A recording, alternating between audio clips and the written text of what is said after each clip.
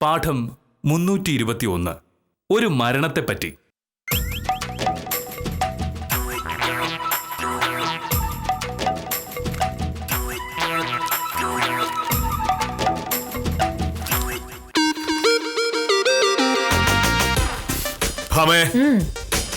മണി 9 ഇങ്ങനെ എഴുതിക്കൊണ്ടിരുന്നാ മതിയോ? ഞാൻ എഴുന്നേരം മോഹനേട്ടൻ എന്താ? മോഹനേട്ടന്റെ കാര്യങ്ങളൊക്കെ നടന്നില്ലേ? ഇത് ഇന്ന് സദാനന്ദ സാറിനെ ഏൽപ്പിക്കാനുള്ള ഫയലാ. ഇന്നലെ വൈകിട്ട് കൊടുക്കണമെന്ന് എന്നോട് പറഞ്ഞിരുന്നത് തിരക്കിനിടയിൽ പറ്റിയില്ല. ഇന്ന് രാവിലെ സദാനന്ദ സാർ ഓഫീസ് വരുമ്പോഴെങ്കിലും കൊടുക്കാൻ പറ്റിയില്ലെങ്കിൽ സാറിന്റെ നിറം മാറും. അപ്പൊ ഞാൻ സംശയിച്ചത് ശരിയായി. എന്ത്? സദാനന്ദ വക്കീലിനെ കാണുമ്പോ പണ്ടേ എനിക്കൊരു സംശയം ഉണ്ടായിരുന്നു, അയാളുടെ മുഖത്ത് ഇങ്ങനെ ഇരിക്കണെന്ന്. ഇപ്പോ നിറം മാറുന്ന കാര്യം പറഞ്ഞപ്പോ ഉറപ്പായി.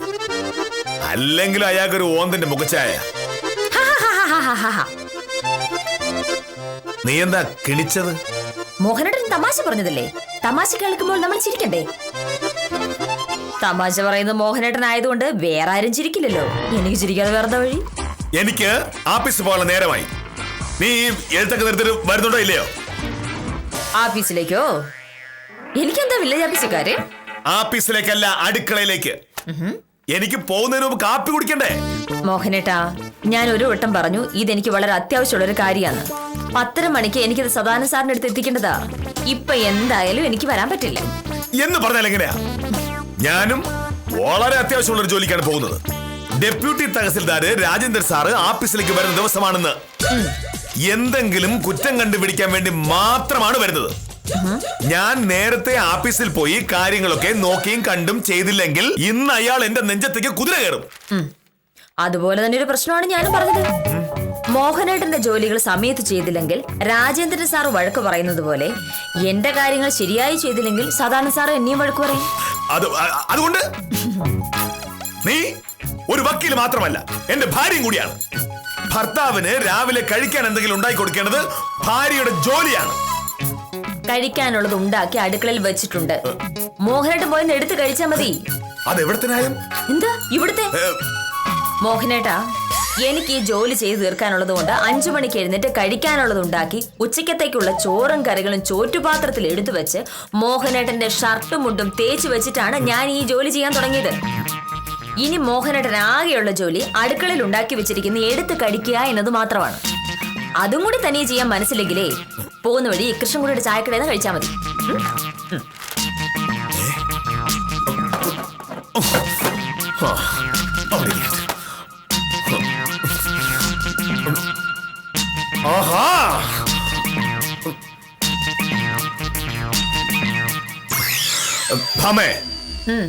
കൃഷ്ണൻകുട്ടിയുടെ ചായക്കടയിൽ ചായ കുടിക്കാനാണെങ്കിൽ ഞാൻ പിന്നെ എന്തിനാ നിന്നെ കല്യാണം കഴിച്ചത്? കൃഷ്ണൻകുട്ടി കല്യാണം കഴിച്ചാൽ പോരായിരുന്നോ? അങ്ങനെ പറ്റില്ലല്ലോ. ഇന്ത്യയിലെ നിയമം അനുസരിച്ച് ഒരാണിന് വേറൊരാണിനെ കല്യാണം കഴിക്കാൻ പറ്റില്ല. അങ്ങനെ വേണമെന്ന് നിർബന്ധമാണെങ്കിൽ ഡെൻമാർക്കിലോ ഹോളണ്ടിലോ പോണം. നിനക്കൊരു ധാരണയുണ്ട്. രാവിലെ എഴുന്നേറ്റ് ഇതുപോലൊരു ഫയലും എടുത്ത് അങ്ങോട്ട് പിടിച്ച് കാണാതെ പഠിച്ചു വെച്ചിരിക്കുന്ന എന്തെങ്കിലും അങ്ങോട്ട് എഴുതി സദാനന്ദ വക്കീലിന്റെ മുമ്പ് കൊണ്ടുപോയി അങ്ങോട്ട് വെച്ചു കൊടുക്കുക എന്നുള്ളതാണ് ലോകത്തിലെ ഏറ്റവും വലിയ കാര്യമെന്ന്. അതല്ല. ഡെപ്യൂട്ടി തഹസിൽദാർ രാജേന്ദ്രൻ സാർ വരുമ്പോ കാന്തല്ലൂർ വില്ലേജിൽ എല്ലാം ഭംഗിയായി നടക്കുന്നുണ്ടെന്ന് കാണിക്കാൻ വെളുപ്പാങ്കാലത്തെ ആഫീസിൽ പോയിരുന്ന് ചെയ്യാനുള്ള ജോലിയൊക്കെ ചെയ്യുന്നതാണല്ലോ വലിയ കാര്യം. എന്താ സംശയം?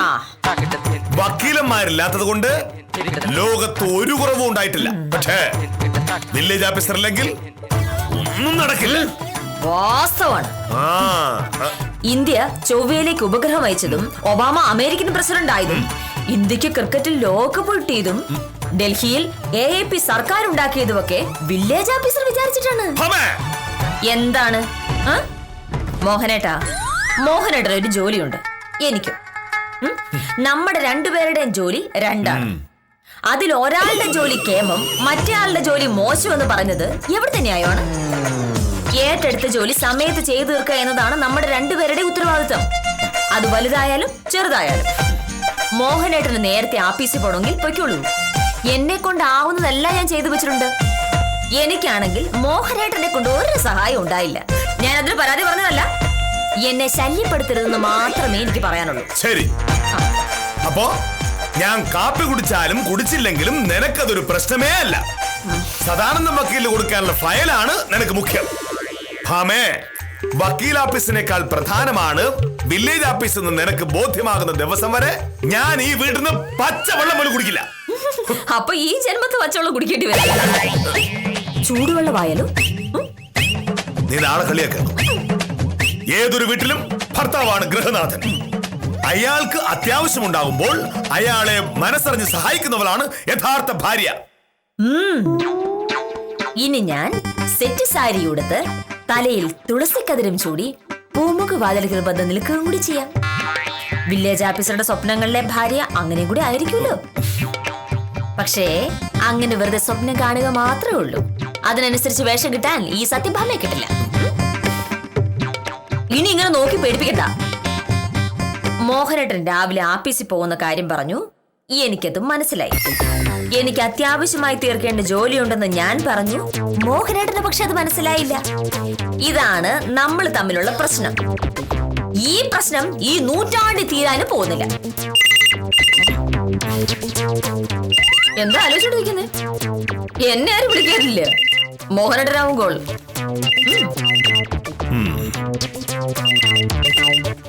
എന്തൊരു കഷ്ടം നോക്കി. ഹലോ, അതെ, ആ കൊടുക്കാം. ഭാമേ, ആരാ മോനേട്ടാ? ചോദിച്ചില്ല, പിടിക്ക. ഹലോ, ആ വിദ്യാലക്ഷ്മി, നീയായിരുന്നോ? മോഹനോട് ചോദിച്ചപ്പോ ആരാണെന്ന് അറിയില്ലെന്ന് പറഞ്ഞു. എന്താ വിദ്യ? എപ്പോ? എന്തായിരുന്നു സംഭവം? കഷ്ടായി പോയല്ലോ. ബാക്കി കാര്യങ്ങൾ എങ്ങനെയാണെന്നറിയോ? അറിഞ്ഞാൽ ഉടനെ വിളിക്കണേ. ശരി. എന്തു പറ്റി? വക്കീൽ ഓഫീസ് കത്തിപ്പോയോ? അല്ല, നിന്റെ ഞെട്ടലെ എന്നോട് ചോദിച്ചു പോയതാ.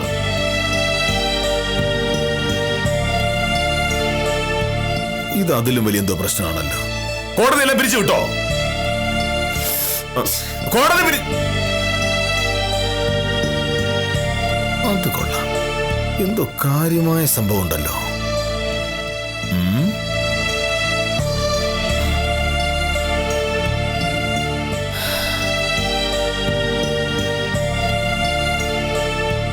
ഭാമേ, വിളിച്ചത് വിദ്യാലക്ഷ്മി ആയതുകൊണ്ട് നിന്റെ ജോലിയുമായി ബന്ധപ്പെട്ട എന്തോ കാര്യമാണെന്ന് മനസ്സിലായി. നീ ഫോൺ എടുത്ത് അയ്യോ എന്ന് വിളിക്കുന്നത് കേട്ടു. അതുകൊണ്ട് സംഭവം പ്രശ്നമാണെന്ന് മനസ്സിലായി. എന്താണ് എന്ന് ചോദിച്ചിട്ട് നീ പറയുന്നുമില്ല. ഏതെങ്കിലും കേസ് തോറ്റതാകാൻ വഴിയില്ല. കേസ് നീ സ്ഥിരം തോക്കാറില്ലാണല്ലോ.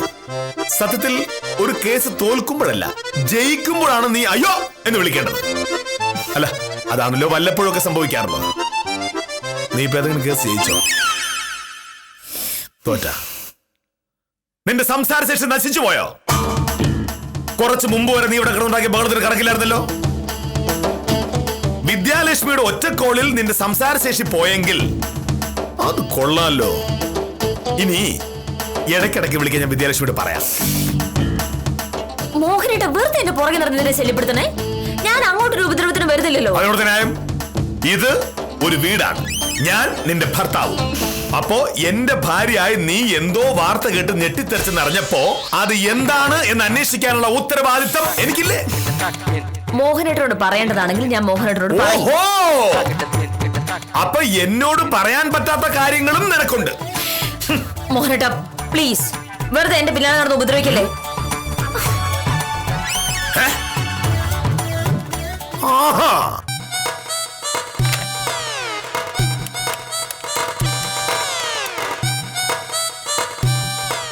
ആ വിദ്യ, ഞാൻ എന്തായാലും ഗൗരിയുടെ വീട്ടിൽ പോയിട്ട് ഓഫീസിലേക്ക് വരൂ. ഒരു ഫയല് രാവിലെ തന്നെ എത്തിക്കുന്ന കാര്യം സദാനന്ദ സാർ പറഞ്ഞിരുന്നു. നാളെ രാവിലെ തന്നെ അത് എത്തിച്ചോളാന്ന് നീ സദാനന്ദ സാറിനോടൊന്ന് പറയണം. ശരി. ഓഹോ, അപ്പോ ആ ഫയലിന് അത്ര അത്യാവശ്യം ഉണ്ടായിരുന്നുള്ളൂ. ഇതാണോ നീ എന്നോട് പറഞ്ഞത് ഓരോരുത്തർക്കും ഓരോരോ തിരക്കുകൾ ഉണ്ടാവുമെന്ന്? നിന്റെ തിരക്ക് നിന്റെ സൗകര്യത്തിന് മാറ്റിവെക്കാൻ പറ്റുന്ന തിരക്കുകളാണ്. മനസ്സിലായില്ലേ? എനിക്ക് കാപ്പി എടുത്തിരുന്ന കാര്യം പറഞ്ഞപ്പോ നിനക്ക് ഭയങ്കര തിരക്ക്. ഫയൽ എഴുതണം.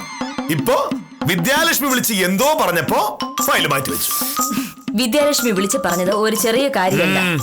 എന്റെ കൂടെ ജോലി ചെയ്യുന്ന ഗൗരിയുടെ അപ്പൂപ്പൻ മരിച്ചുപോയി. ഗൗരിക്ക് അച്ഛനും അമ്മയില്ല. അപ്പൂപ്പന്റെ കൂടെയായിരുന്നു അവളുടെ താമസം. എന്ത് ചെയ്യണമെങ്കിലും അപ്പൂപ്പനോട് ചോദിച്ചിട്ടേ ചെയ്യൂ. ഞാൻ ഒരിക്കലേ ഗൗരിയുടെ അപ്പൂപ്പനെ കണ്ടിട്ടുള്ളൂ. എന്നോട് വലിയ സ്നേഹത്തിലാണ് പെരുമാറിയത്.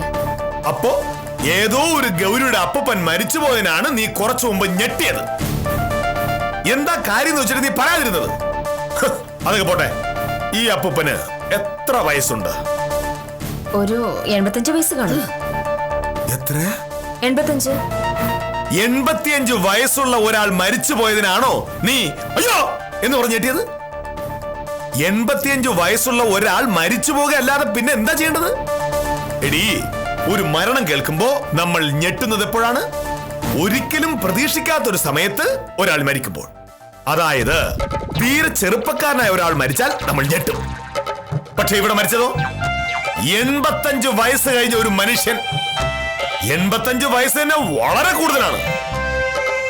അതുപോട്ടെ, നമുക്ക് വളരെ അടുപ്പമുള്ള ഒരാൾ മരിച്ചാൽ നമുക്ക് മനസ്സിലാവും. എന്ന് പറഞ്ഞാൽ ഇപ്പോ നീ ഈ പറഞ്ഞ ഗൗരിയാണ് മരിച്ചതെങ്കിൽ നീ ഈ പറഞ്ഞ ശരിയാണ്. ഞാനൊരു ഉദാഹരണം പറഞ്ഞതാ. മരിച്ചത് ഗൗരിയുടെ അപ്പൂപ്പായി. അതിന് ഗൗരി ഞെട്ടിയാ പോരെ? നീ എന്തിനാ അയ്യോ എന്ന് പറഞ്ഞിട്ടത്? ഗൗരിയുടെ അപ്പൂപ്പൻ മരിച്ചപ്പോ ഞെട്ടിയ നീ ഗൗരി മരിച്ചാൽ എന്തുമാത്രം ഞെട്ടിത്തെറിക്കും. അതുപോട്ടെ, ഞാൻ മരിച്ച നീ ഞെട്ടി പൊട്ടിത്തെറിച്ചു പോവല്ലോ. അക്കാര്യത്തിൽ എനിക്ക് സംശയമുണ്ട്. മോഹനേട്ടാ, നേരത്തെ മുതൽ നമ്മൾ തർക്കിക്കുന്നത് ഒരേ വിഷയത്തിലാണ്. ഓരോരുത്തരുടെയും കാര്യങ്ങൾ ആളുകൾക്കനുസരിച്ച് മാറുന്നു എന്നുള്ള കാര്യത്തിൽ. മോഹനേട്ടന് പ്രധാനപ്പെട്ട കാര്യം എനിക്ക് പ്രധാനപ്പെട്ടതാവണമെന്നില്ല. എനിക്ക് ഞെട്ടലുണ്ടാക്കുന്ന കാര്യങ്ങൾ മോഹനേട്ടന് ഞെട്ടിച്ചെന്നും വരില്ല. ഗൗരിയുടെ അപ്പൂപ്പൻ മരിച്ചപ്പോൾ ഞാൻ എന്തായാലും ഞെട്ടി.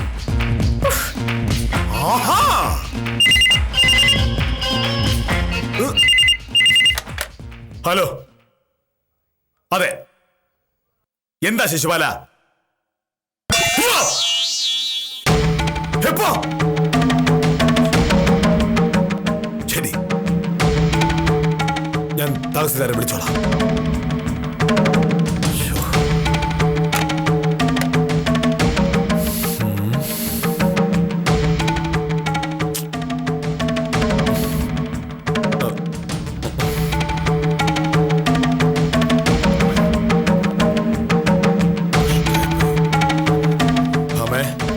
പ്രശ്നമുണ്ട്. Deputy tahsildar Rajendran sir village ഓഫീസിൽ വരുന്നതല്ലേ? അതല്ല, വേറൊരു പ്രശ്നം. ഇപ്പോ ശിശുപാലൻ വിളിച്ചിരുന്നു. ശിശുപാലൻ ചേട്ടൻ അങ്ങനെ വിളിക്കാറുള്ളതല്ലേ? അതിനകത്ത് എന്താ പ്രശ്നം? വിളിച്ചതല്ല പ്രശ്നം, വിളിച്ചു പറഞ്ഞ കാര്യമാണ്. തഹസിൽദാരുടെ അമ്മാവ് മരിച്ചുപോയി. അത് അത്ര വലിയ പ്രശ്നമാണോ? തഹസിൽദാർ മരിച്ച പ്രശ്നമാണ്. തഹസിൽദാരുടെ അമ്മാവൻ മരിച്ചാൽ എന്താ പ്രശ്നം? പ്രശ്നമൊന്നും ഉണ്ടായിട്ടല്ല. പക്ഷേ തഹസിൽദാരുടെ അമ്മാവനല്ലേ? അപ്പൊ എന്തായാലും ഒരു 10-75 വയസ്സ് കാണും അല്ലേ? 75 വയസ്സുള്ള ഒരാൾ മരിക്കല്ലാതെ വേറെന്താ ചെയ്യുക? അങ്ങനെയല്ല. തഹസിൽദാര് ആ അമ്മാവനെ കുറിച്ച് ഒരുപാട് പറഞ്ഞിട്ടുണ്ട്. പുള്ളിക്കാരന് ആ അമ്മാവനെ വലിയ ബഹുമാനമാണ്. അങ്ങനെ ആയിരിക്കണമല്ലോ. അമ്മാവനോട് മരുമക്കൾക്ക് ബഹുമാനം തോന്നേണ്ടത് സ്വാഭാവികമല്ലേ? അതല്ല ഭമേ പ്രശ്നം. തഹസിൽദാരുടെ അമ്മാവൻ മരിച്ച സ്ഥിതിക്ക് ആ വീട്ടിലേക്കൊന്ന് പോണ്ടേ? വേണം. അത് തന്നെയാണല്ലോ ഞാൻ കുറച്ചു മുന്നേ പറഞ്ഞത്. എന്റെ എല്ലാ തിരക്കുകളും മാറ്റിവെച്ച് ഓഫീസിൽ പോലും പോകാതെ ഞാൻ ഗൗരിയുടെ അപ്പൂപ്പന്റെ വീട്ടിലേക്ക് പോവുകയാണ്. പക്ഷേ മോഹനേട്ടൻ അങ്ങനെ പോകാൻ പറ്റില്ല. കാരണം 10 മണി കഴിയുമ്പോൾ deputy tahsildar Rajendran sir village ഓഫീസിലെത്തും. അപ്പോൾ മോഹനേട്ടൻ അവിടെ കാണണം. ഇപ്പം മനസ്സിലായോ മോഹനേട്ടാ വക്കീലും വില്ലേജ് ഓഫീസറും തമ്മിലുള്ള വ്യത്യാസം? എനിക്കൊരു അത്യാവശ്യം വരുമ്പോൾ ഞാൻ എന്റെ ജോലി മാറ്റിവെച്ച് ആ അത്യാവശ്യത്തിന് പോകും. മോഹനേട്ടൻ അങ്ങനെ പോകാൻ പറ്റില്ല. അതല്ല ഭാമ പ്രശ്നം. ഞാനിപ്പോ മരണ വീട്ടിൽ പോകുന്നതിൽ രാജേന്ദ്രൻ സാർ ഒന്നും പറയാൻ പോകുന്നില്ല. രാജേന്ദ്രൻ സാറിന്റെ മേലുദ്യോഗസ്ഥനാണല്ലോ തഹസിൽദാർ. പിന്നെന്താ പ്രശ്നം? എന്തോ ഉണ്ടല്ലോ മോഹനേട്ടാ. പറയാൻ ഒരു മടിയും കാണുന്നുണ്ട്. എന്തായാലും പറ. നീ കൂടെ എന്റെ കൂടെ വരണം. ഞാനോ? അതെ. മരണ വീട് ചെല്ലുമ്പോ തഹസിൽദാർ അവിടെ കാണുമല്ലോ. അപ്പൊ പുള്ളിക്കാരൻ ചോദിക്കും, മോഹനേഷ് ഒറ്റയ്ക്കാണോ വന്നതെന്ന്. മേലുദ്യോഗസ്ഥന്റെ അമ്മാവൻ മരിച്ചിട്ട് ചെല്ലുമ്പോ ഭാര്യ കൂടെ കൂട്ടിയാലേ ശരിയാവോ? അതെന്ത് ന്യായമാണ്?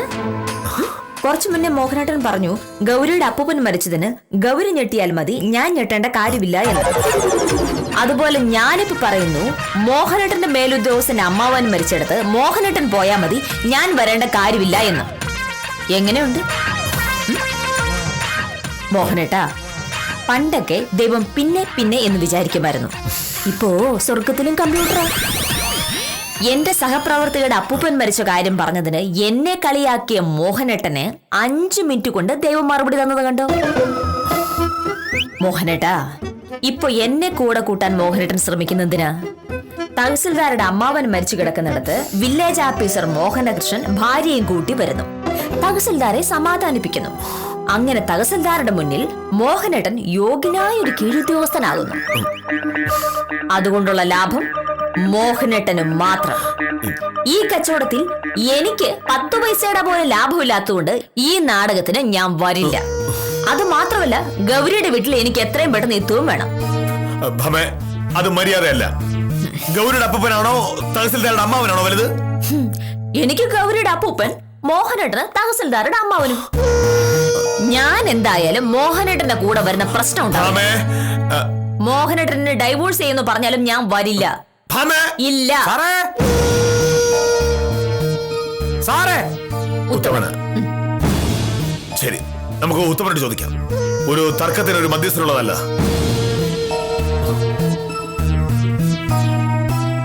ഏത് മധ്യസ്ഥൻ പറഞ്ഞിട്ടും കാര്യമില്ല. ഞാൻ ഗൗരിയുടെ വീട്ടിൽ പോയിരിക്കും. നമസ്കാരമുണ്ട് സാറേ. നമസ്കാരം. ഉത്തമ വന്നത് കൃത്യസമയത്ത്. ഒരു തർക്കം തീർക്കാൻ ഉത്തമന്റെ സഹായം വേണ്ടിവരും. ആരുമായിട്ടുള്ള തർക്കം? ഞാനും ഭാമയും തമ്മിലുള്ള തർക്കം. ഓ, നിങ്ങൾ തമ്മിലുള്ള തർക്കം തീർക്കാൻ ഞാൻ ഇടപെടണം? എന്റെ പൊന്ന് സാറേ, എനിക്ക് വയ്യ. അമേരിക്ക സിറിയൻ തമ്മിലുള്ള തർക്കത്തിൽ വേണമെന്നുണ്ടെങ്കിൽ ഞാൻ ഇടപെടാം.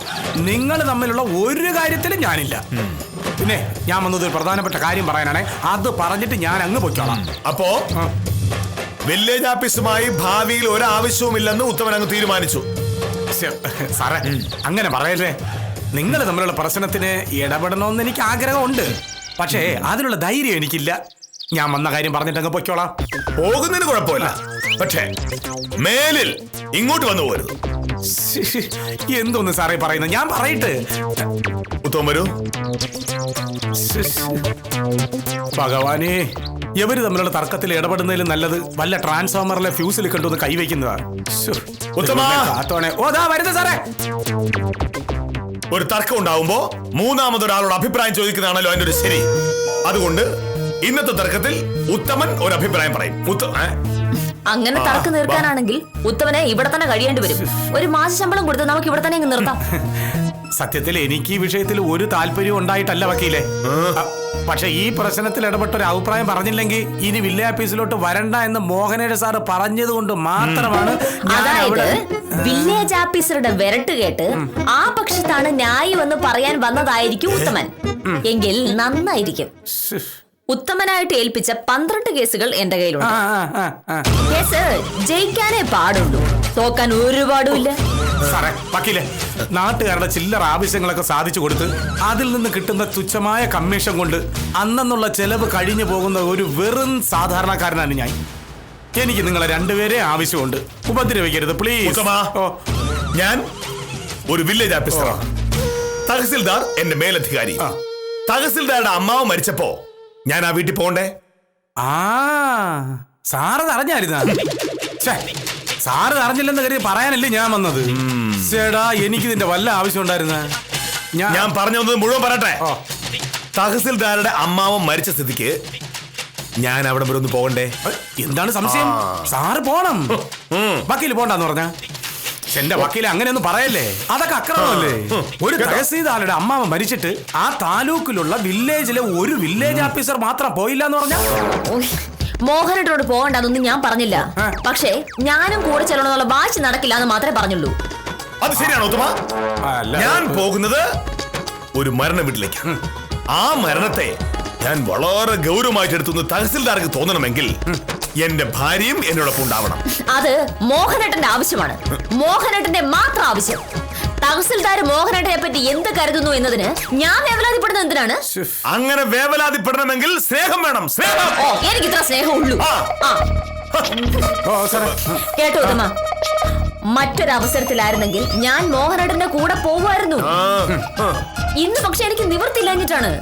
എന്റെ കൂടെ ജോലി ചെയ്യുന്ന ഗൗരിയുടെ അപ്പൂപ്പൻ ഇന്ന് രാവിലെ മരിച്ചു. 55 വയസ്സായി. ആ കാര്യം ഞാൻ പറഞ്ഞപ്പോ മോഹനേട്ടൻ പറഞ്ഞെന്നറിയോ? വയസ്സാവുമ്പോ ആളുകൾ മരിക്കുന്നത് സ്വാഭാവികമാണെന്ന്. മനുഷ്യത്വം ഉണ്ടെങ്കിൽ എന്റെ കൂടെ വരികയല്ലായിരുന്നോ മോഹനേട്ടൻ ചെയ്യേണ്ടത്? നാട്ടിൽ അങ്ങനെ 1,000 വക്കീൽമാരുണ്ടാവും. അവർക്കൊക്കെ അപ്പൂപ്പന്മാരുണ്ടാവും. ആ അപ്പൂപ്പന്മാരൊക്കെ മരിക്കുകയും ചെയ്യും. അവിടെയൊക്കെ പോകാൻ തുടങ്ങുകയാണെങ്കിൽ എനിക്ക് പിന്നെ വേറെ ഒന്നിനും സമയം കാണില്ല. പക്ഷേ തഹസിൽദാർ ഈ നാട്ടിൽ ഒന്നേ ഉള്ളൂ. അദ്ദേഹത്തിന് ആകെ ഒരേ ഒരു അമ്മാവനേ ഉള്ളൂ. അവിടെ നമ്മൾ നിർബന്ധമായും പോയേ മതിയാകൂ. എനിക്ക് മനസ്സില്ല എന്ന് ഞാൻ മലയാളത്തിലാണ് മോഹനേട്ടനോട് പറഞ്ഞത്. നിനക്കില്ലാത്തത് മനസ്സല്ല, മര്യാദയാണ്, മര്യാദ. ദൈവത്തെ ഓർത്തൊന്ന് നിർത്താമോ പ്ലീസ്? നിങ്ങൾ തമ്മിലുള്ള യഥാർത്ഥ പ്രശ്നം എന്താണ്? ഞാൻ പറഞ്ഞല്ലോ, തഹസിൽദാരുടെ അമ്മാവൻ മരിച്ചുപോയി. സാറിന് അവിടെ പോണം. അതെ, വക്കീല് കൂട്ടുവരണം. വേണം. തഹസിൽദാരുടെ അമ്മാവന്റെ പേരെന്താ? സദാശിവൻ പിള്ള. വക്കീലിന്റെ പ്രശ്നം എന്താ? ഗൗരിയുടെ അപ്പൂപ്പൻ മരിച്ചു. വക്കീൽ അവിടെ പോണം. പോണം. അപ്പൂപ്പന്റെ പേരെന്താ? സദാശിവൻ പിള്ള.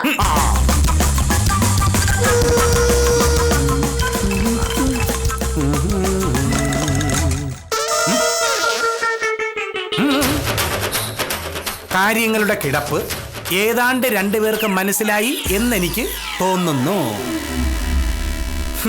ഇനി ഇമാതിരിയുള്ള പ്രശ്നത്തിന്റെ കാരണവും പറഞ്ഞ് എന്നെ മധ്യസ്ഥതയ്ക്കെങ്ങാനും വിളിച്ച നിങ്ങളുടെ രണ്ടുപേരെ അത്ര വിദ്യാഭ്യാസം എനിക്കില്ലെങ്കിലും നിങ്ങളെക്കാൾ വിവരം എനിക്ക് അല്പം കൂടുതലുണ്ട്. സദാശിവം പിള്ള മരിച്ച കാര്യം നിങ്ങളെ രണ്ടുപേരുടെ അടുത്ത് പറയാൻ വേണ്ടി ഓടി വന്നതാണ് ഞാൻ.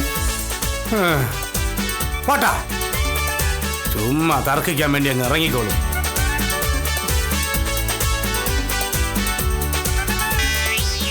ഈ തഹസിൽദാരുടെ അമ്മാവൻ തന്നെയാണോ ഗൗരിയുടെ അപ്പൂപ്പൻ? അല്ല, ഗൗരിയുടെ അപ്പൂപ്പനാണ് തഹസിൽദാരുടെ അമ്മാവൻ.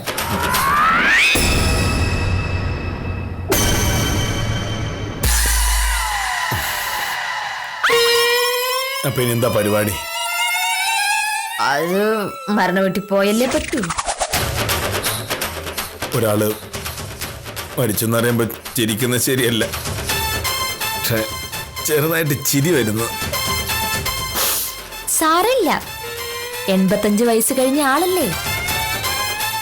മരിക്കുമ്പോ ചെറുതായിട്ട് ചിരി വന്നാലും കുഴപ്പമില്ല. ജീവിതത്തിലെ അങ്ങേയറ്റം ലളിതമായൊരു പ്രശ്നത്തെയാണ് ഭാര്യയും ഭർത്താവും ചേർന്ന് തീർത്തും സങ്കീർണമാക്കിയത്. ഈ തർക്കത്തിനിടയിൽ എപ്പോഴെങ്കിലും മരണമടഞ്ഞ മാന്യന്റെ പേരൊന്ന് പറഞ്ഞിരുന്നെങ്കിൽ തീരുന്ന പ്രശ്നമേ ഉണ്ടായിരുന്നുള്ളൂ. പക്ഷേ തർക്കമാണല്ലോ പ്രധാനം. തർക്കിച്ച് കാര്യങ്ങൾ വഷളാക്കി. ഇതുകൊണ്ടും പഠിക്കാത്ത വില്ലേജ് ഓഫീസറുടെയും വക്കീലിന്റെയും കഥയുമായി കാര്യം നിസാരം തുടരുന്നു.